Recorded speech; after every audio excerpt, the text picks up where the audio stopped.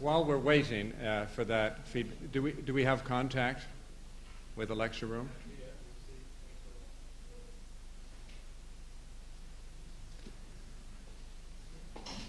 I might, while we're waiting for confirmation of that, I might mention something that struck me very strongly coming out of what John was saying, and that was his notion of gathering and enfolding.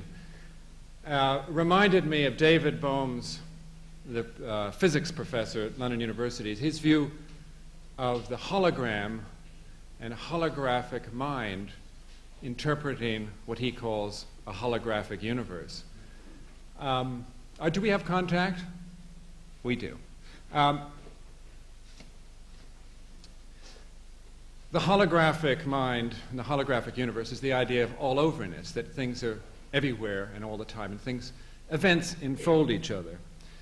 And when Alvin came into the school in 1970-71, I had been here for 3 years, Peter Cook had been here for 7 years, and many of you who have come from around the world had been here or came through here in the last 25 years while Alvin was here. And since we are in about 6 or 7 different rooms talking to each other, reinterpreting Alvin, reinterpreting the AA, it did strike me, gathering in, it struck me that the holographic model was a very good one.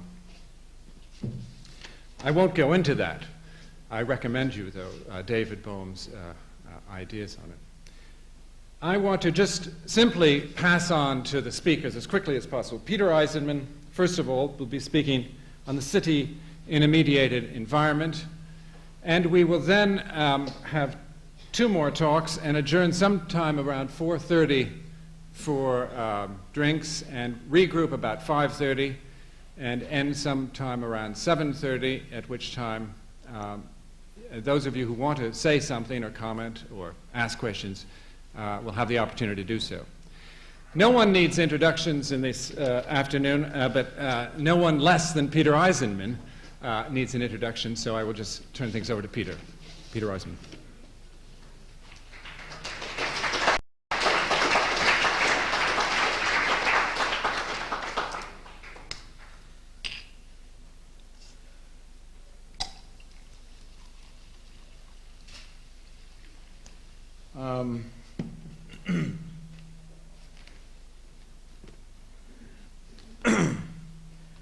I had prepared a talk, which is not my style. It was even faxed to me yesterday. I scribbled on it on the plane, and I even brought my slides, as John had observed. And the dread thing happened to me that I had to follow John onto the podium. And it's a bit much like going to an analyst, which, as you all know, I do regularly and often for a long time. And when you go to an analyst, you're always worried that the person before you is more interesting to the analyst than you are. And you try and sit there outside in the room waiting to sort of imagine what possibly you could do to interest the analyst for your hour.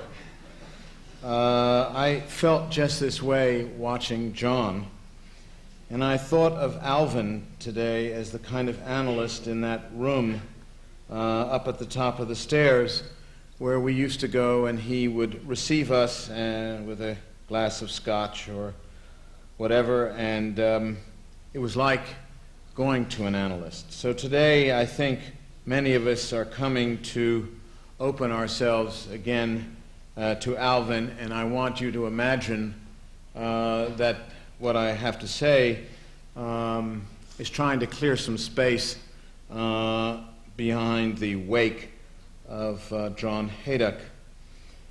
So therefore I am not going to show slides, and of course couldn't possibly show slides, and I'm not going to give the talk that I had planned. In fact, I'm going to give a rather irreverent talk, because I was fascinated as I watched John Haydock on television, and since my subject is the mediated environment, I was fascinated as to what everybody was going to do here when John was finished. And of course, no one knew whether to clap or to remain silent because we were caught in this terrible middle ground of unreality, that we were witnessing an event, but it wasn't in a way an event that we were used to.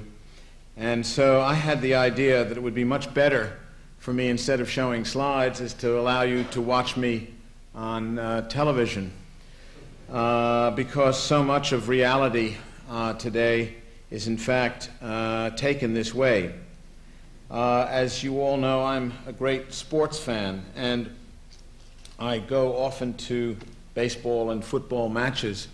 And precisely because television has instituted something called the instant replay, people have a very problematic time watching reality, that is, a real game. And so what they've done at the stadia in America, they've instituted instant replay. And so you go to the game, watch the play, look up at the large television screen, see what has happened, and then you cheer, which is exactly what we did today when we clapped for John Haydock. But what's interesting, and I'm doing now the new version of instant replay in the live performance, is that since people are not able to look at live performance, they now have full-scale television in the stadia. So you never have to watch the game. You can watch the television. You don't have to turn back and forth from the instant replays. And you also get the commercials, which are much better than the game itself. And in fact, now people get up and go to the men's and ladies' room and get their hot dogs and pop while the game is on, so they can come back in time for the commercials. So the idea of reality has become problematized, certainly in the sports world. But I think it's also become problematized in the world of our daily life. When I write a letter now, I scribble in longhand with a pen and paper. I give it to an assistant who types it out. I look and make corrections. It's no longer typed. I'm sorry, it's put on a word processor, so you never know if it's really there or not, if you can ever retrieve it. It comes out of the word processor on real stationery. I sign it in ink, the original, because there is a real condition, and then I send it on a fax machine. I no longer have to send the letter anymore. And the real things are kept in a file. And the person receives a fax. And so that we no longer have the real document necessarily transmitted. Also with checks, signing checks now. As long as you sign the check on a real thing, you can send it by fax to your bank, and they will deposit it for you. And now we no longer have to go to the bank for writing checks to pay bills. We just send a fax to the bank. Now, this has a tremendously problematizing effect on the nature of reality, on the nature of an original, on the nature of the signature, much more so than Walter Benjamin's problematizing in Art in the Age of Mechanical Reproduction. Because at least in Benjamin's age, we were in an age of interpretation, where there were still problems of value that were involved in mechanical reproduction. But the fax and the Xerox have reduced the question of interpretation and value to one of autonomous mediation. There are no longer any values or any interpretations. It's just blowing something up or down, compressing it or enlarging it. There is a reduction of time and place, as we are watching today, and they are now compacted into a condition of event. And therefore, what used to contain and delimit conditions of reality, that is, presence, essence, object, imprints, all have been reduced to conditions of event. And what was formerly conditions of reality have been turned into sound bites and logos. The most disastrous condition that affected my reality recently was on a flight to Houston. And I noticed this flight was unusually full of people with TV equipment, monitors, all kinds of paraphernalia that people in the television world carry around. I didn't know what was happening. And as the plane landed and taxied to its jetway, I noticed a tremendous scurrying in the plane, people piling over each other, as they only usually do in New York, and this was Houston, to get out. By the time I got out, all of these television equipment were lined up, and placards and posters had been handed out to people, and I realized that I was witnessing a media event that was brought in an airplane. What was happening is one of the hostages that had been held in Iraq was returning to his home in Houston, supposedly to a joyful or tearful reunion with his family. But he could not have a real reunion with his family. He had to have a reunion with his family as a media event. And here were these people on the television cameras writing and recording their introductions. And they were saying, now, ladies and gentlemen, the plane is just about to approach the jetway, the very plane that they had gotten off of just minutes before. And this poor bugger wasn't allowed to get off the plane. I mean, tired and weakened as he was, he had to wait until the television people had done all of their lead-ins until he could get off the plane. So he was kept on board for at least 20 minutes. Meanwhile, his family were given placards, welcome home, Jack, we love you, Jack, balloons and things like this, to express their kinds of sentiments. And it was no longer possible to have a real sentiment because it had to be mediated sentiment, because these people were not allowed to feel what they wanted to feel. They had to feel what was possible for a soundbite, that is a 15-second implant on the evening news. So that what has happened to our environment, and it progresses every day, is that it has problematized reality. Now, what does this have to do with architecture and the city? Well, I believe that architecture has always been the realm of reality. Bricks and mortar, house and home. These are the things that, when everything else became destabilized, displaced, dislocated, we could always return to architecture. Architecture was the place for solidity, for foundations, for construction, for things which had presence, essence, and object. But in the face of the fax, the instant replay, the soundbite, and the logo, all things which are far stronger and far more telling than architecture, architecture has become so problematized that many people hardly care about it at all. I'm doing a building in Cincinnati which I think to be a problematic building. Recently in Cincinnati, there was a problematic show of Robert Mapplethorpe's photographs. The people of this good community of Cincinnati were very incensed, and they shut the exhibition down. They brought the museum director to trial over a series of media events, and there was a prolonged trial, and the good citizens were very much engaged in the condition of the reality of these photographs. I long for the citizens of Cincinnati to become upset by my work. No such luck. No one really cares. It is not even problematic for a university president or vice president who accept its attempt to disconcert, to displace, to dislocate as merely another phenomenon of media. So I realize that we who deal with the physical environment, who supposedly deal with reality, are faced with an incredible task. One only has to go to a rock concert to understand what reality has become.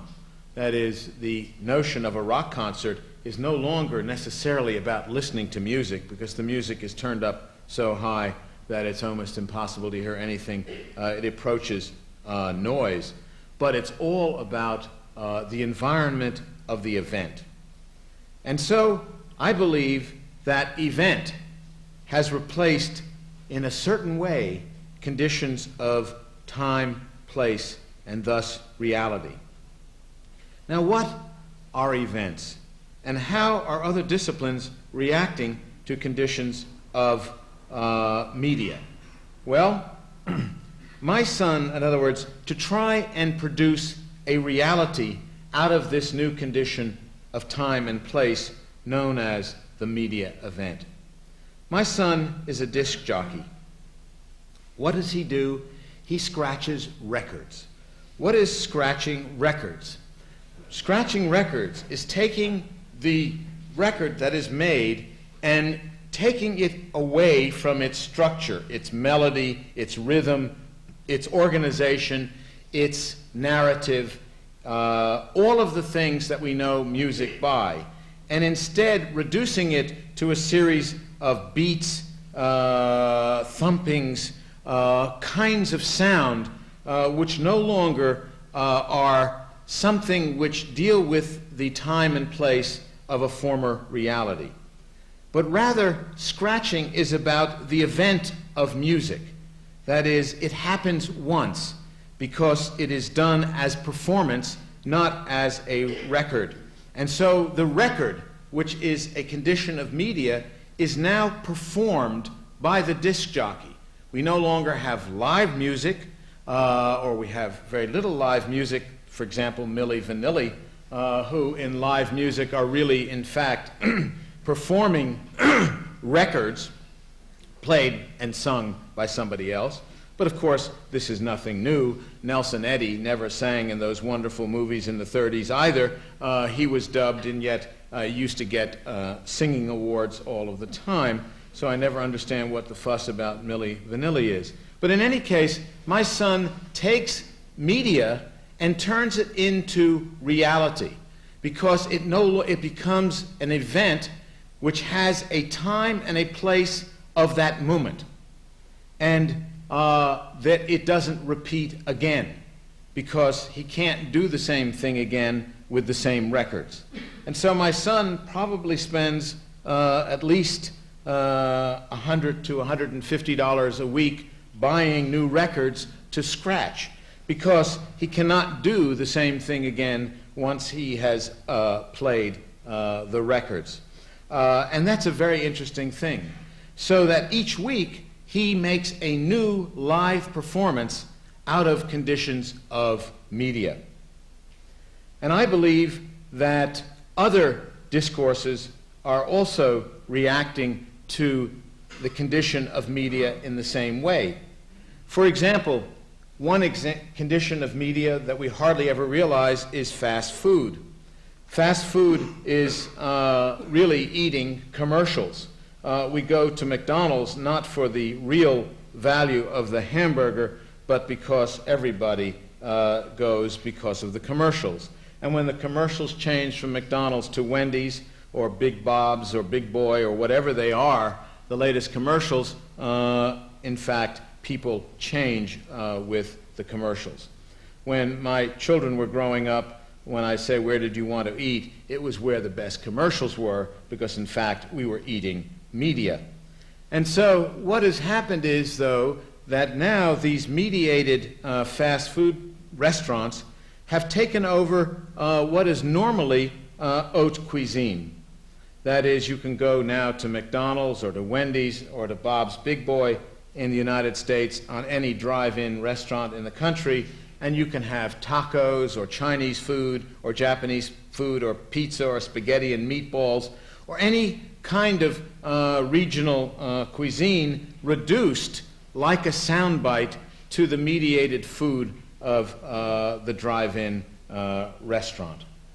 And so what has happened to haute cuisine, all you need to do is go to Paris, France, or to Milan, Italy, and try and order something like prosciutto e melone or spaghetti alla vongole, which used to be, I thought, rather difficult things to get, at least in America for an American. But in any case, if you try and order something as simple as that in an Italian haute cuisine restaurant, they look at you with great disdain. And in fact, you ask your Italian friends, well, what shall we eat? Well, not even the Italians know how to interpret these new menus. And they say, we better let the people of the house order the food for us. And what we're brought is food very much like scratched records. It is an event because there are no recipes. There is no discerning a narrative in the condition of presentation. There isn't the traditional notion of color, texture, form, structure to the meal. It comes to you, and you really don't know if it's a meat course, a pasta course, or a fish course, because it could be all of those things at the same time, and you really don't know what it is you're tasting, even though it's possible to still say that it is Italian as opposed to French or Japanese. And so what has happened is this reaction in food and in music, that is in public discourse, has tended toward the obliteration of the strong, the condition of logic, the condition of clarity, in order to restore reality. And my proposal tonight is that it is possible to suggest that the same thing could happen in architecture or in urbanism. That we could have what I call a scratched urbanism or a scratched architecture. That we could have architecture or urbanism as a condition of event. Now, how would architecture and urbanism be a condition of event? Well, first of all, traditionally architecture, I would say, imprints space. That is, it is something which pushes against a condition, an abstract condition of space, leaving an imprint or mark on the surface of the earth. And this is very much like what happens when the foot goes down on the sand and you pick the foot up. There is an imprint in the sand. This is very much what architecture has traditionally done to space. But what's interesting about the foot on the sand is, in fact, that the foot, when you pick it up, has on it the trace of that event. In other words, the little grains of sand that adhere to the bottom of the foot are no real imprint, but they are not all of the sand marked by the foot imprinting the sand, but in fact are the record of the event of the imprint. And so it is possible to think that architecture also could be a tissue of traces, that is, a record of imprints, a condition of events. And I would like to argue that what this would do in architecture is to move and privilege and reframe, as it were, conditions that were formerly thought to be natural to architecture. And what I have argued before is, in fact, that what we assume to be natural to architecture are, in fact, only conditions of convention. And that these conditions of convention are constantly being reframed throughout the history of architecture. That there is no natural language morphology or typology, in fact, to architecture, but rather a series of constant reframings and displacements. What I would like to suggest, though, is that there are to architecture and urbanism certain conditions of reality that will pertain. One is not suggesting that we are going to produce a holographic or laser environment, because we still need to produce shelter and enclosure.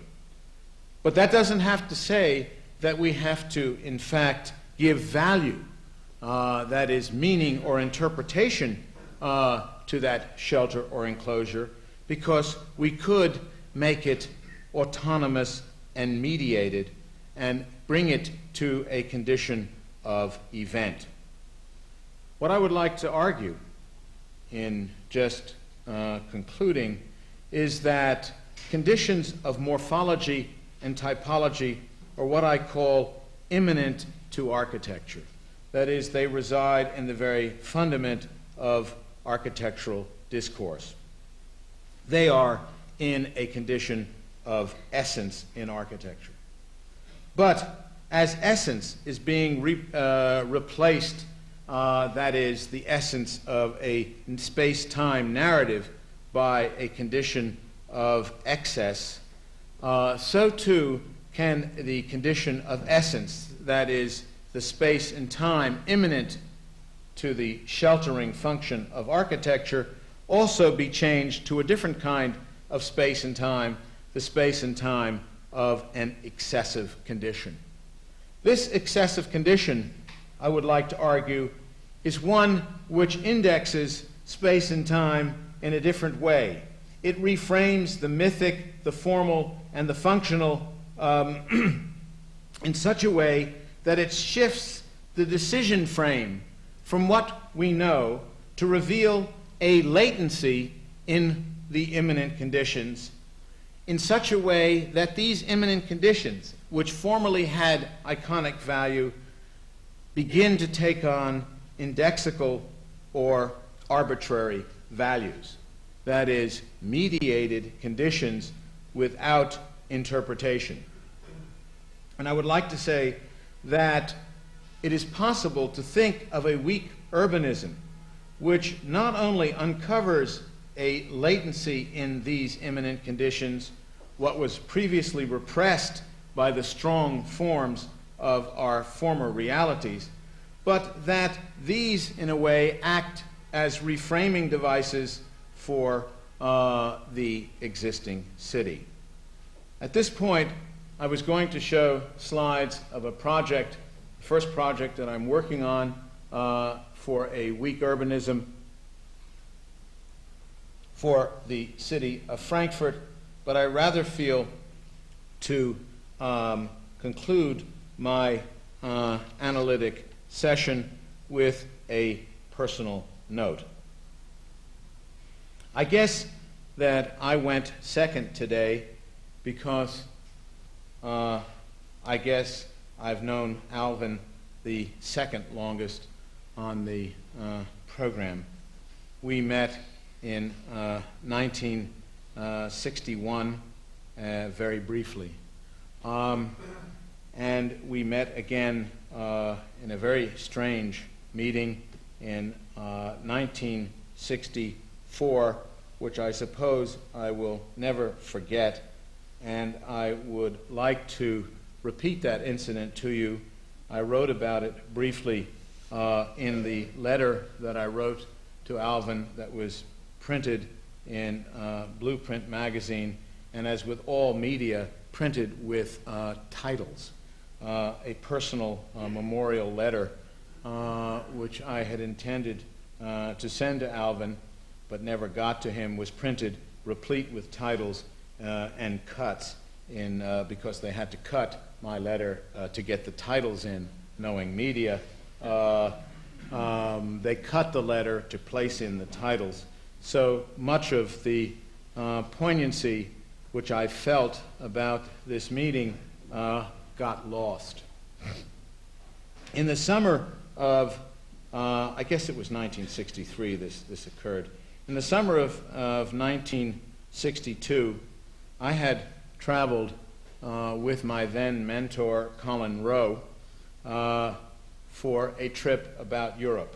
And it was a very carefully planned trip that we knew exactly where we would be every day. We had hotels, restaurants, already everything was aligned. Nothing would be out of whack.